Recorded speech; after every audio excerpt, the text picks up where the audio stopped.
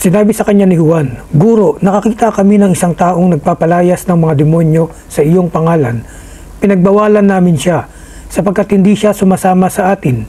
Ngunit sinabi ni Jesus, "Huwag ninyo siyang pagbawalan, sapagkat walang taong gumagawa ng himala sa pamamagitan ng pangalan ko ang agad makapagsasalita ng masama tungkol sa akin, sapagkat ang sino mang hindi laban sa atin ay panig sa atin. Tandaan nyo ito, sino mang magpainom sa inyo ng isang basong tubig dahil sa pangalan ko, ay hindi maaaring mawalan ng gantimpala." Basahin din po natin sa English. "Teacher," said John, "we saw someone driving out demons in your name and we told him to stop because he was not one of us." "Do not stop him," Jesus said, "for no one who does a miracle in my name can in the next moment say anything bad about me. For whoever is not against us is for us. Truly I tell you, anyone who gives you a cup of water in my name because you belong to the Messiah will certainly not lose their reward."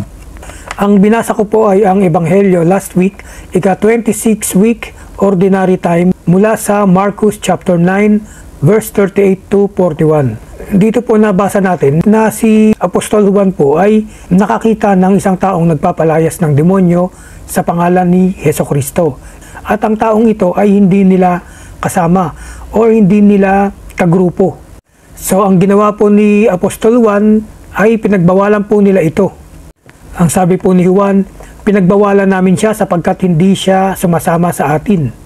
Subalit ang naging tugon po ni Jesus kay Juan, sinabi po ni Jesus, "Huwag niyo siyang pagbawalan, sapagkat walang taong gumagawa ng himala sa pamamagitan ng pangalan ko ang agad makapagsasalita ng masama tungkol sa akin." Sa senaryo pong ito, parang nagmukhang judgmental pa si Apostol Juan. May nakita siyang tao nagpapalayas ng demonyo gamit ang pangalan ni Jesus Christ. So pinagbawalan po nila ito. Ang naging basihan po ni Juan ay dahil sa ito ay hindi naman namin kasama. Hindi natin to kagrupo. So pinagbawalan po ni Juan. Tugon naman ni Jesus Christ ay pinaalalahanan niya si Juan na huwag nilang pagbawalan. At sinabi rin po ni Jesus Christ, "Sino mang magpainom sa inyo ng isang basong tubig dahil sa pangalan ko ay hindi maaaring mawalan ng gantimpala."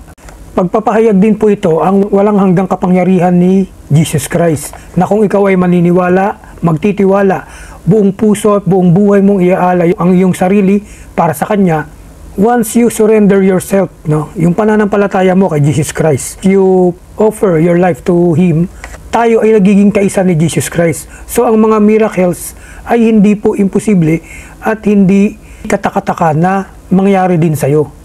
Lahat po tayo ay may kapasidad as long as tayo ay buong puso at buong buhay na nananampalataya kay Hesukristo. Ang ating espiritu sigurado ay gagabayan po niya. Kung tayo po ay kaisa ng ating Panginoong Hesukristo, wala pong imposible dahil nandiyan po siya sa atin.